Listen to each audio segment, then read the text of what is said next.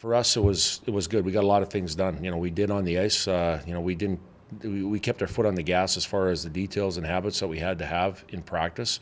And then on the weekend, the coaches took off and did a little bit of recruiting on the weekend. So it was a very productive week on the fact of staying sharp on the ice, and then also looking to the future as far as the recruiting side of it. And then we just got off the ice today, had a really sharp, heavy, hard practice today. The guys were dialed in, and this is the push. 8 weeks remaining in our season, right to the very end, and talked about our seniors, knowing that there's 8 regular season games and potential of 8 playoff games that we can get after over this next push.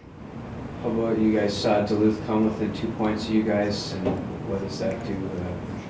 Yeah, obviously they played this weekend. We didn't. They fulfilled 2 wins in their standings, and we didn't have a chance to play this weekend. So our opportunity is this weekend coming up, and they're off, and knowing what's in front of us going against Denver here. So we know they're playing good hockey right now. So are we. So again, we have to make sure that we take care of business when we have the opportunity, and that'll be this weekend against Denver. You guys had a big statement win when you played Denver last. Does that bring more intensity heading into this series? Yeah, you know what, Denver is, since we went to the new NCHC, they're one of the top rivals that we have, and I think they could say that about us too here. So, every time we get into matchups with them, it's intense, it's fast, it's a lot of playmaking.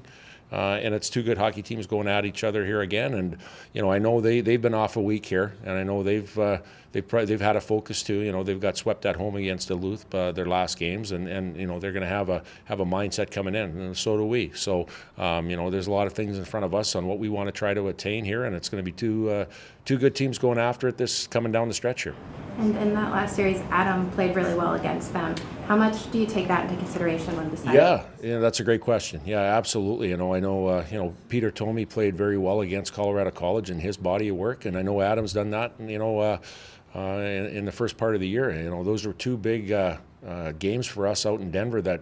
We tied and got the extra point in the tie, and then we had to win, and Adam was a big part of that. So, it'll factor into it for sure.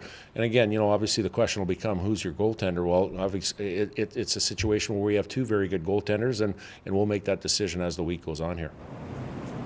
For you as a coach, if you're going into a weekend where you don't know which goalie is going to play, does that change your preparation at all, or is it pretty similar? You're talking about Denver as far as which goalie? Yeah, I guess both of you guys are in the same spot. Yeah, well, I think it's one of the things that we, obviously with our goaltending, we control that, as far as what we have a plan and what we want to do. As far as them, they have had a pattern of Corona playing on the Fridays and Cooley on the Saturdays. I don't know if they'll stay with that pattern or not, but regardless, we've seen both of them.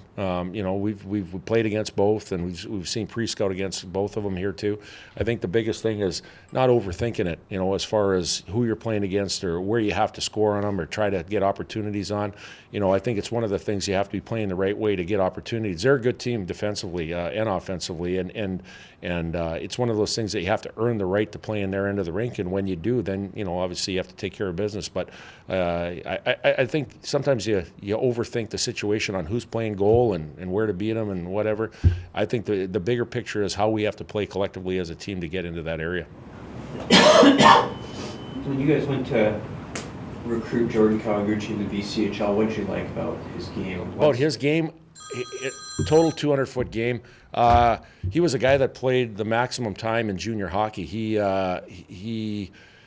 earned everything he got. A guy that was, guy that played, I don't know how you say it, a guy that played a long time in junior hockey to earn the respect of playing at the next level here. And, he was a young man that finished place. He's got outstanding edges. He's hard on pucks. He plays a skilled game, but he plays a possession game where it's tough to get the puck from him.